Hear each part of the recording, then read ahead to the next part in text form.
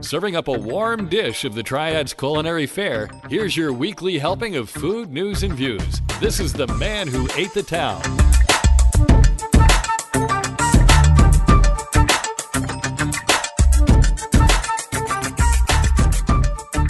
Hey folks, and welcome to episode 215 of the Man Who Ate the Town podcast. This is for the week of September 27th through October 3rd, 2021. My name's Tim Beeman, and I'm opening the recipe trunk.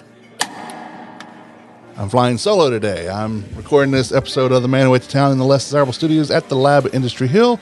Any conversations using Zoom are sponsored by Bull's Tavern. If you're listening to this on your favorite podcatchers like Apple Podcast, Stitcher, or Spotify, or any others like that, we'd appreciate a like, a follow, and a rating. It would help us tremendously. And if you're listening to us on the Triad Podcast Network, welcome and thank you. Yeah, Michael's on assignment today, I'm supposing. So he couldn't be here.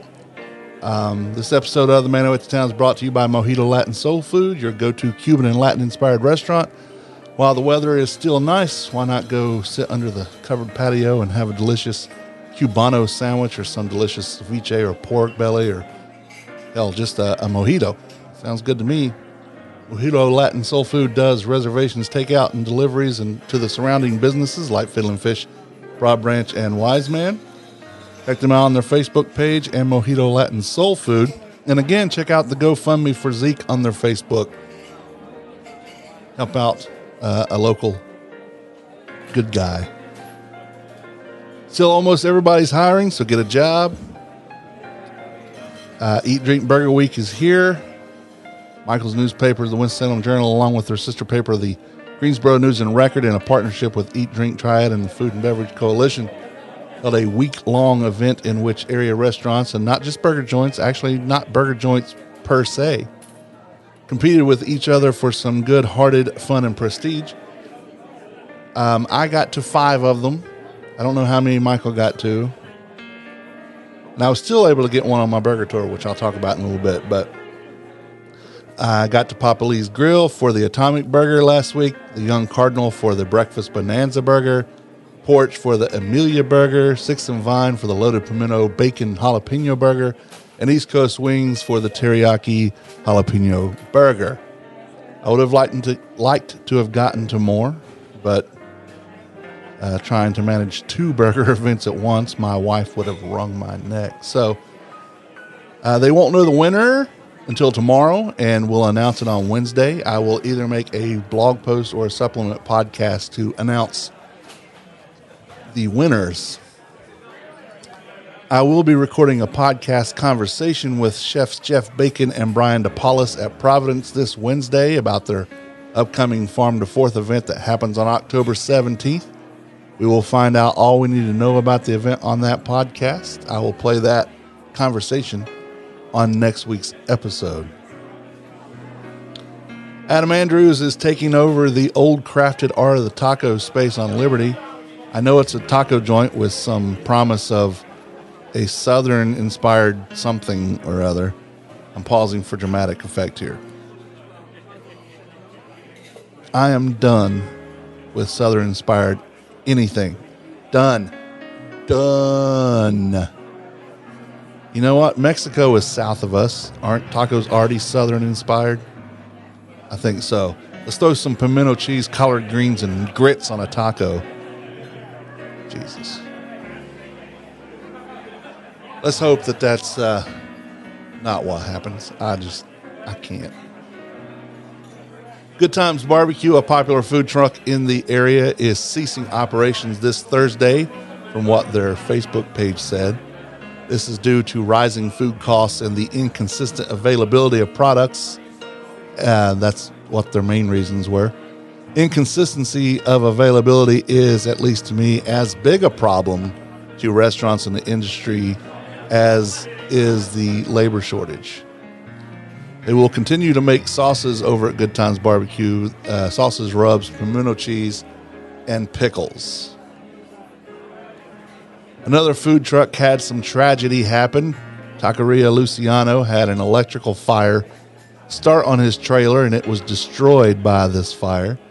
The even more unfortunate part is that the fire spread to Luciano's house, causing extensive damage. This happened, I believe, on Friday. Even with that, his brick and mortar store opened, slightly delayed, on Saturday. Luciano, if you've never met him, Luciano Perez is a great dude. I love his food truck. I love his food. Jerry Cooper, excuse me, who is a bartender at Hoots, started a GoFundMe page, and Wiseman is promoting that GoFundMe page. Luciano is a staple at both locations. You can visit Hoots or Wiseman's Facebook pages to find out more about ways of donating to this GoFundMe fundraiser. Staying with the trucks, the original Food Freaks trailer is now Glazed and Dazed Donuts. I don't know if Brandon is planning on cranking the Food Freaks truck back up. Last I heard, there was some work being done on it, but his brick and mortar is still kicking out in Moxville. Brandon has been making donuts for a while, and I wondered how long it would be before he made this a thing. Look for him at the breweries and such soon. Mamma Mia Italian Ice announced that Nat Oliveri passed away at the age of 66. I think he may be the founder of Mamma Mia's. I don't know for sure, but condolences from the Man Who Ate the Town and the Less Desirables Podcast Network to the Oliveri family. Diamondback Grill is casual dining located in the heart of Buena Vista in Winston-Salem. It's a fantastic family-owned farm-to-fork restaurant that sources most of its ingredients from local farmers.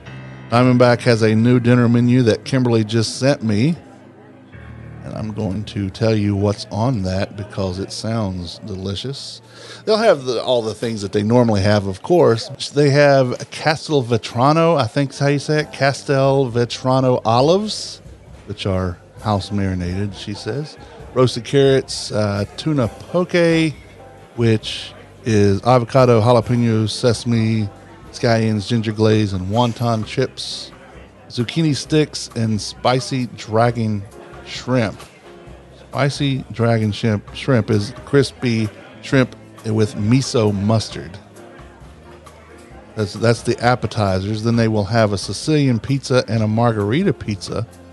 Margarita, of course, marinara, fresh mozzarella, tomato, basil, and extra virgin olive oil.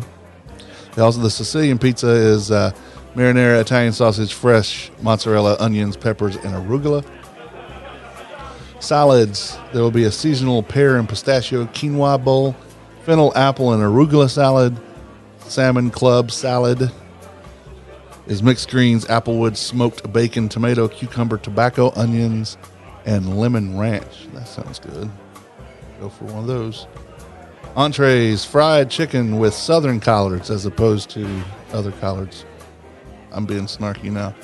Pistachio crusted NC trout, cauliflower rice Mediterranean bowl, herb cauliflower, rice, spinach, and greens, cucumbers, garbanzo beans, edamame, if you will. Overnight tomatoes, kalamata, olives, feta, tzatziki sauce, or tzatziki veganaise, and lemon. But even with all their salads and stuff, you can add protein or animal flesh to anything you want.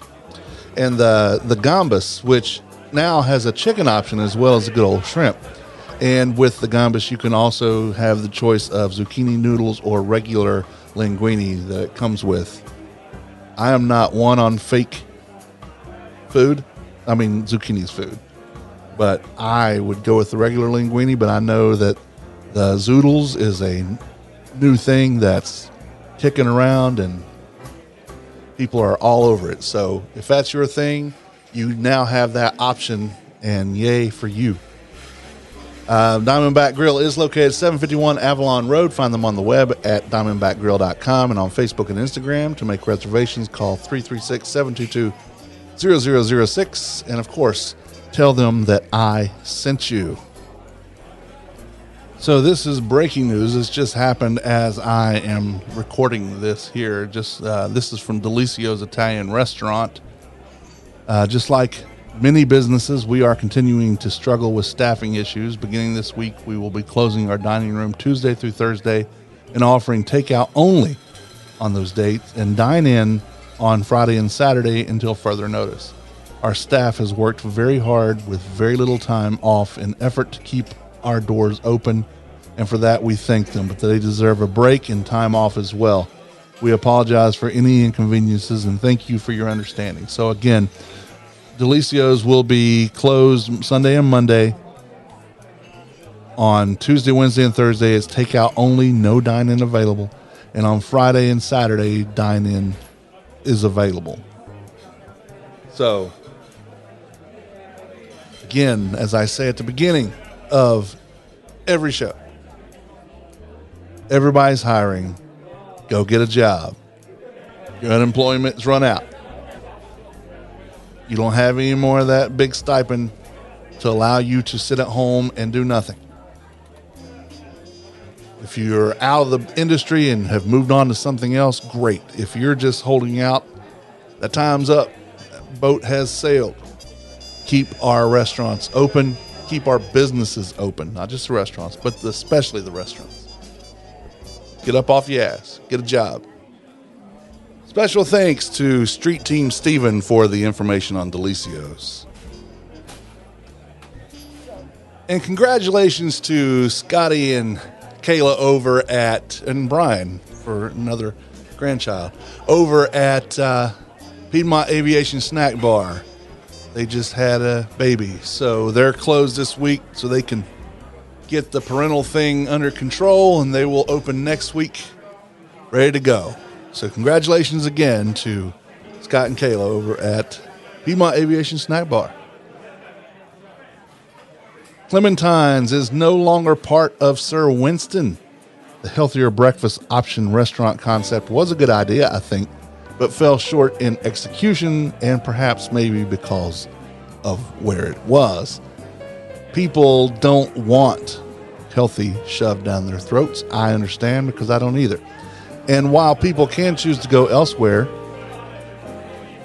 but I liked their healthy options, but I understand if you're staying in a hotel, that's probably different. I think many people rely on their hotel to give let's get you something quick and easy so you can catch your flight, make your conference, sightsee, or whatever reason you're eating breakfast in a restaurant in your hotel. Now, I talked with one employee who had a little bit of status in management, and he was non-committal about whether Clementine's would show up at Roar, which is what I believe was the plan.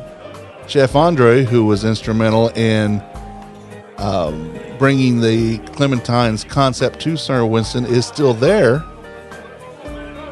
But Chef Digby Stridiron, who was a guest chef before, was listed as executive chef on the newly printed Clementine's free Sir Winston breakfast brunch menu. This employee also said the plan for Roar was to open mid-October still. And I was talking to a friend of mine, or Michael's and mine, who visited Roar in just the last couple of weeks, and they've not even, from what I was told, they've not even started the proper construction yet. So I really don't know what is hype and what is reality. I don't think that it'll be open anytime in the next few weeks, which would be mid-October. I don't see that happening at all. It'd be great if it does, but I'm about positive it won't. Ginger Fox Beverage Company is occupying the Village Juice location at 400 West 4th Street. They say they're teaming up, but I think Village Juice is just not using that space at all. Someone said they had sandwiches, but nothing on their website talks about that. So on the south side of the 300 to 400 block of West 4th Street includes Mellow Mushroom, Ginger Fox, Bull's Tavern, Rec Billiards, La Chingada, and if we count daytime stuff, we have Jeffrey Adams and Young Cardinal. So that's 8 things within. Winston-Salem city blocks are hard to call them blocks. It is a block. but it's more of just a. I think you can walk from Marshall Street on 4th Street, Marshall Street to Spruce Street, and probably do that in about 25 seconds. So I don't know that we can count that as a block or not. But in that block, there's 8 things. Now, of those 8 things, Young Cardinal, you can count that during the day when Bulls and La Chingada and Rec Billiards, all that stuff, are not open. And Jeffrey Adams is open for lunch and dinner. So that's Jeffrey Adams, Mellow Mushroom, Ginger Fox, Bulls Tavern, Rec Billiards, La Chingada,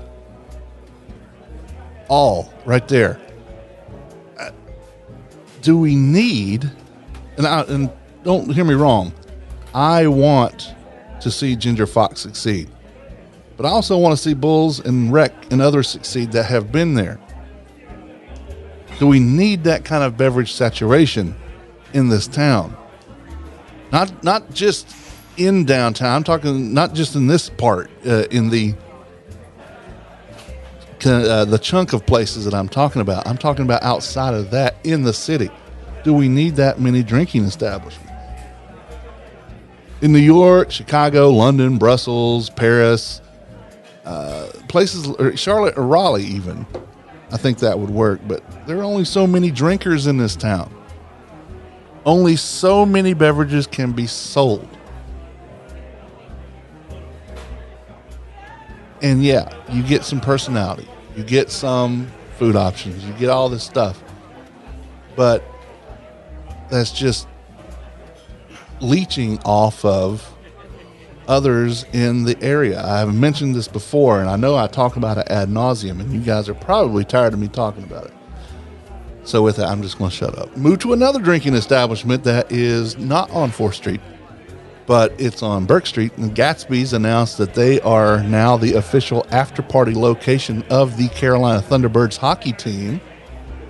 They will show televised Thunderbird games, and supposedly the players will come drink with the patrons at Gatsby's after those games. So I hope that is what happens, and congratulations to Gatsby's. On Cobblestone Farmers Market Facebook page, they announced that dogs would no longer be allowed at the market in order to provide a safe place for people to sell and access fresh, healthy food.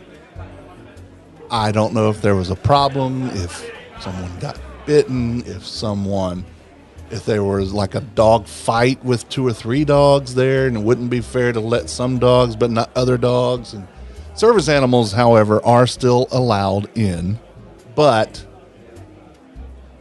just regular animals, dogs, are not allowed in. Now, also, they are moving this weekend the 2nd to their new location, which is just right next door to their old location, which was right next, across the street anyway, from their other old location. They're on Marshall Street. It's where the old AC Delco company was, Auto something, was on the corner of Salem Avenue and Marshall Street there. So the address is 1007 South Marshall Street. So don't take your dogs to the farmer's market. I am teaming up with Explore Winston-Salem, an Instagram-based business, but they have a new website, explorewinstonNC.com. I would highly suggest that you subscribe to her website, to her newsletter, because it will tell you a lot of things going on in Winston-Salem, things outside of the food aspect, and I am trying to fill her food aspect vacancy. So I'm trying to put food stuff in there for her. Christy Bellis left her job to take on the events and happenings around town and bring them to you. So again, explorewinstonNC.com, and on Instagram it's Explore Winston-Salem. So I highly recommend you check them out.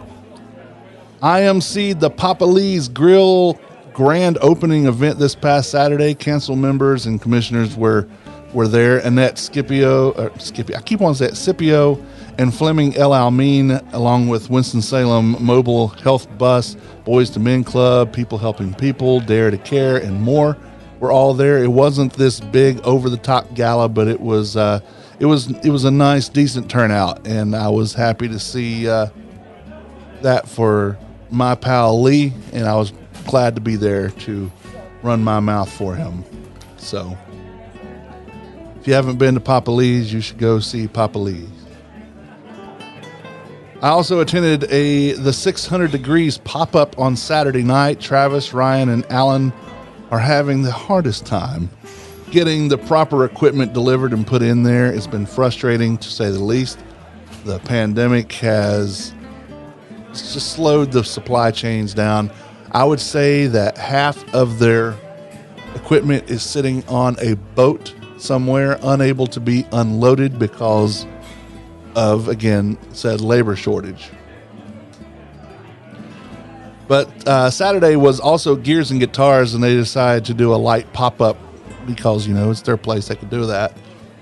They had borrowed some grilling and food prep equipment from Chef Jeff Bacon, and had this hot dog called, it was a CAB hot dog, Certified English Beef hot dog, which had Lusty Monk mustard, miso, master aioli, cracklins, and scallions.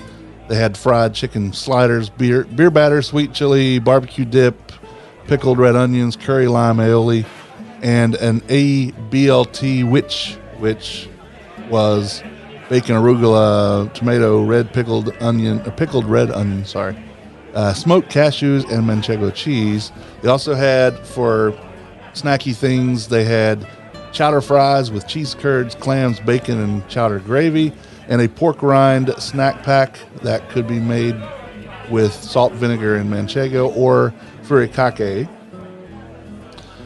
We had the fried chicken sliders and the chowder fries, and I want more of those chowder fries. They were fantastic. The sliders were awesome as well. That was recommended to me by Alan. Alan is one of the owners of 600 Degrees, and he owns Davy Tavern as well. So I wish they would get their stuff in, because I'm tired of really waiting on 600 Degrees. I want it to be here so bad. Nothing on the Country Spinner. We're still trying to figure out how we're going to do this with the football season, and October is already filling up for events. So it's not looking good for the Yemeni food yet, but we're hoping things will eventually slow down. We'll get to doing that. I do miss cooking. I haven't gotten to do that in a month or so, maybe 2 now, and I miss that a lot. Moving on to burgers.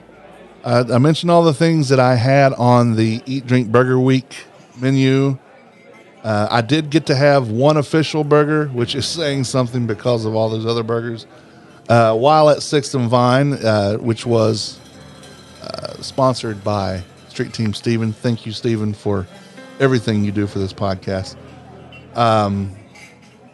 We not only had the bacon jalapeno burger, but also the 6th and Vine pub burger as well. So yeah, in the end, that was really good. Antojitos Las Delicias told me that I should add their burger to my tour. I didn't even know they had a burger, but she said, sorry, just said that we did, or they did, and so I have added it. I'm going to try to get over there. I haven't done a count on how many I have left, but it's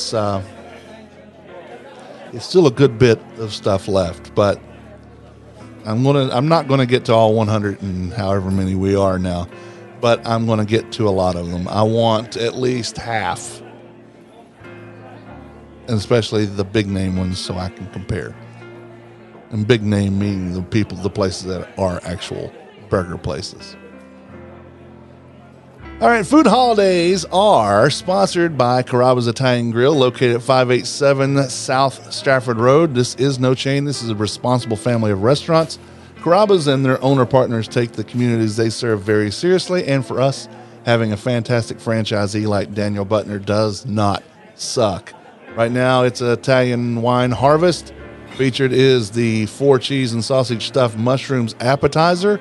But in addition to that, the entrees, the Johnny Trio, which is the filet, the chicken brine, and mezzaluna ravioli, or the rigatoni campagnolo, are each paired with the red blends, and the pollo rosa maria paired with the white blend of the, I believe these are the house wines of Carrabba's, and they don't play on that either. They get quality wine. Find out more at Carrabba's.com. All right, so your food holidays. Today is the 27th. It's National Chocolate Milk Day. If Ray was here, he would be all over it. It's also National Corned Beef Hash Day. I'm not opposed to that. I used to be before I knew what all that meant. It doesn't look most appetizing, but it's not bad. In 1870, on the 27th, Edmund McIlhenny patented his improved method for making pepper sauce, which is Tabasco sauce. In 1892, Joshua Pusey, P-U-S-E-Y, I hope I'm saying that right, because I'm not going to say what else it looks like. Pusey invented book matches, which he called them flexible matches. He sold the patent to Diamond Match Company in around 1895. We haven't figured out exactly when. The 28th is National Strawberry Cream Day. It's National Drink Beer Day, which isn't every day. It's International Poke Day, which is, a raw Hawaiian raw fish dish. Now, there are plenty of places in this town. I say plenty. There's at least 3 that I know of that have poke. 2 of them, it is the focus of their business. One is a national chain, but they are very good, and that's Poke Star. The other one is West End Poke, owned by Hillman Restaurants, which is not Chin Chin. Sorry, that's Michael's. Quiet Pint, Burke Street Pizza, what used to be Uncle Buzzy's. So West End Poke, and they have amazing bowls for poke. I think you would really enjoy it. And we just heard that poke is added to the Diamondback Grill menu. So if you're feeling like some poke tomorrow and you want other stuff beside that, then go to Diamondback and order it, because it'll be good there. In 1725, on the 28th, Arthur Guinness was born. Of course, he was the founder of Guinness, the brewery, the beer, and eventually their world records.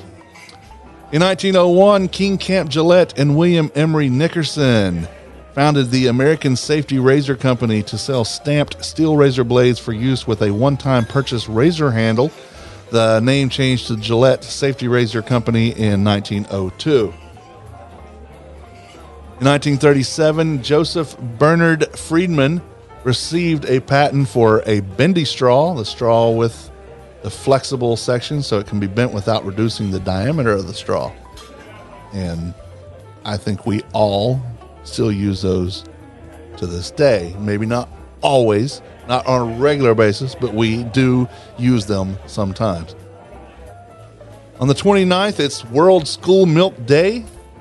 It's National Coffee Day, and I know that there are a couple of places around town that are offering discount or free coffee, especially at the donut places and fast food chains.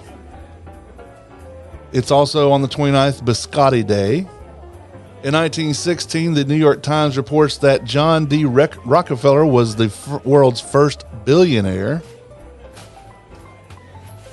On the 30th, it's National Mulled Cider Day, Extra Virgin Olive Oil Day, and Chewing Gum Day. And Chewing Gum Day because it was the 30th is William Wrigley Jr.'s birthday. Not alive, but he was born in 1861. Started out as a traveling salesman at the age of 13, selling soap for his father's company. He had a series of sales jobs like that. One gave chewing gum as a premium. Customers liked the gum better than the product he was selling, so he was soon marketing his own gum, Juicy Fruit in 1893, and then later what was Wrigley's Spearmint. He was an advertising genius, and his company became one of the largest advertisers in the U.S. and the largest chewing gum manufacturer in the world. I do believe, if I'm not mistaken, that Wrigley's Spearmint gum was the first item that had a UPC code. Again, I think I'm right. I could be wrong. I did not look that up. So if you're listening and you want to look that up and tell me I'm right or wrong, I would love that.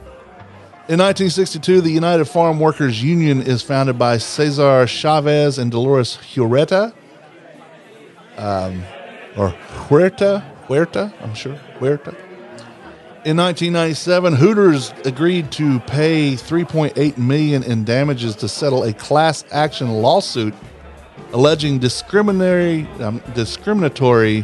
hiring practices because they would not hire men to wait tables.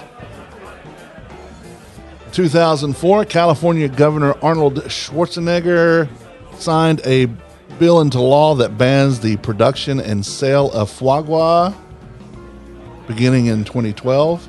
The sales ban itself was overturned in January 2015, but the production ban is still in effect. You can serve it, you can get it, but you can't produce it.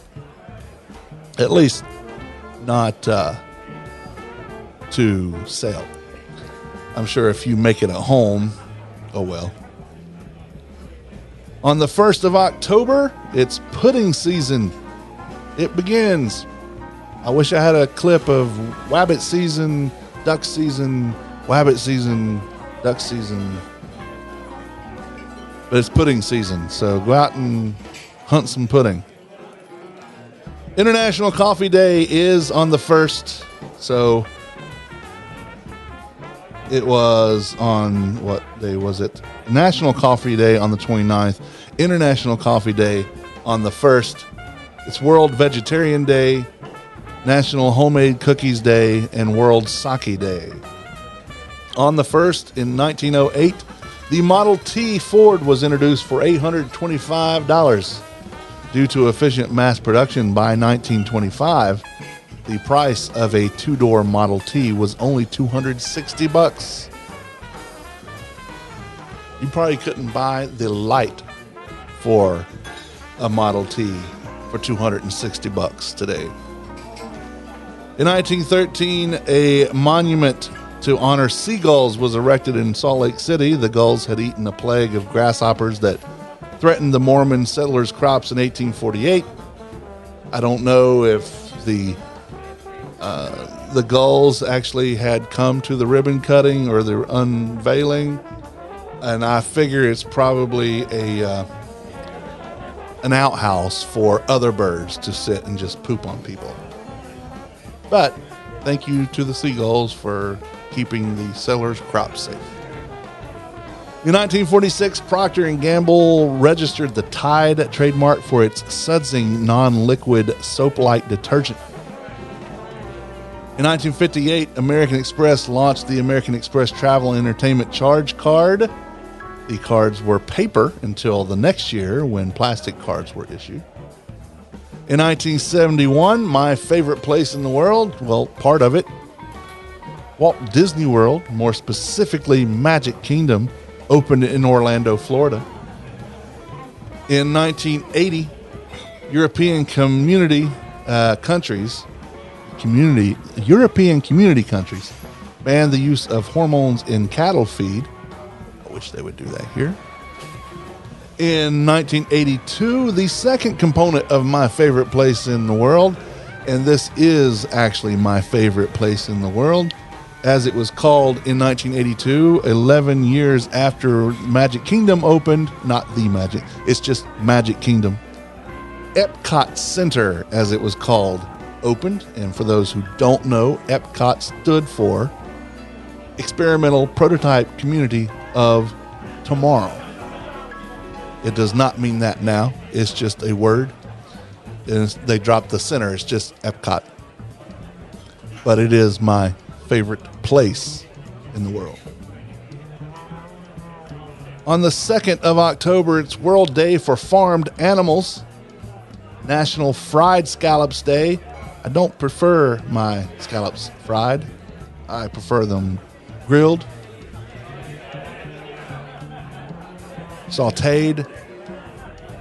I guess that's fried. But I don't, when I think of fried stuff like that, I think of it deep fried and, battered and all that stuff. Sauteed, yes, I'll take that. That's the kind of fried scallops I want. In 1866, J. Oosterhout of New York City received a patent for the first tin can with a key opener. I bet that would be expensive today, having that actual key opener on the can. I think that would be ridiculously expensive to get. In 1934, G.D. Searle and Company registered Metamucil trademark for fiber supplement and laxative powder. Ain't that some shit? Well, especially after that. In 1950, on the 2nd, Charles M. Schulz Peanuts comic strip is published for the first time. The Sunday strips began January 6, 1952.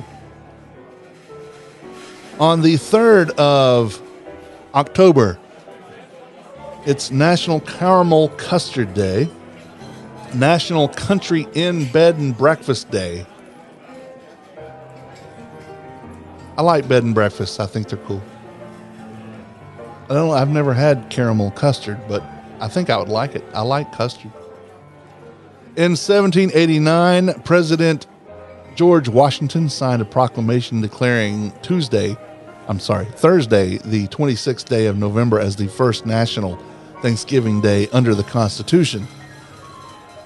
Lincoln changed it to another date, and the date we know it as the fourth Thursday in November. In Canada, Thanksgiving is celebrated on the second Monday in October.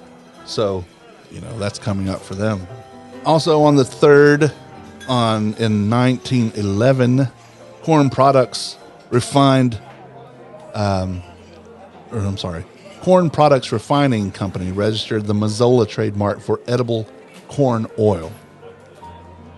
That's your food histories and holidays for this week. Special thanks to James Ehler at foodreference.com for making us chuckle, roll our eyes. Missed that Ray's not here to talk about chocolate. Me trying to figure out when Thanksgiving is. The Man Who Ate the Town podcast is part of the Less Desirables Podcast Network. Along with this podcast, you can listen to the Less Desirables, the Beer Dads, Fan Interference, Beeswax Final Daily, Wheeler's Dog, and Asylum, Tales from the Devereaux Diaries podcast. You can find all these podcasts and their latest episodes on our network website and directory, tldpodnetwork.com. You'll also find social media links for each there as well.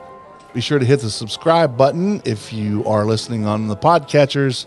Get the latest episodes that they were released, and we would appreciate a like or a follow or a review, whatever your podcast platform allows. This is a reminder to all the listeners, and it's good practice, not just now, but for always. Wash your damn hands. Wash with warm water and soap. Wash with that soap for about 20 seconds or more. If you don't know how long that is, just hum this in your head. I want you. I need you. But there ain't no way I'm ever gonna love you. Now don't be sad. 'Cause 2 out of 3 ain't bad.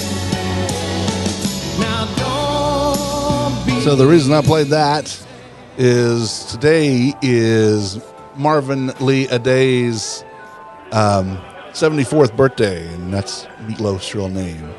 So Meatloaf is 74 today.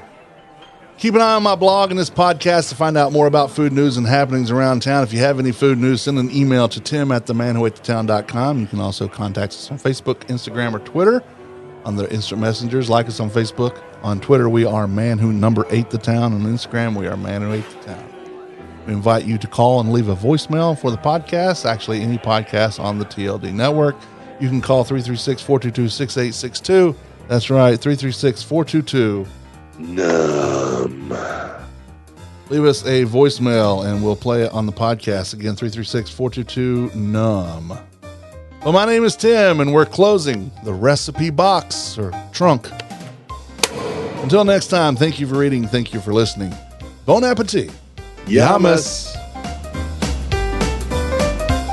The views and opinions stated by me or any of my guests are solely those of ours and do not necessarily reflect the opinions of our hosting companies, distributors, enemies, friends, or relatives. This podcast is copyrighted and cannot be reproduced or distributed without express written consent of the man who ate the town, that's me, and Such Limited Inc. However, if you ask nicely, we'll probably let you.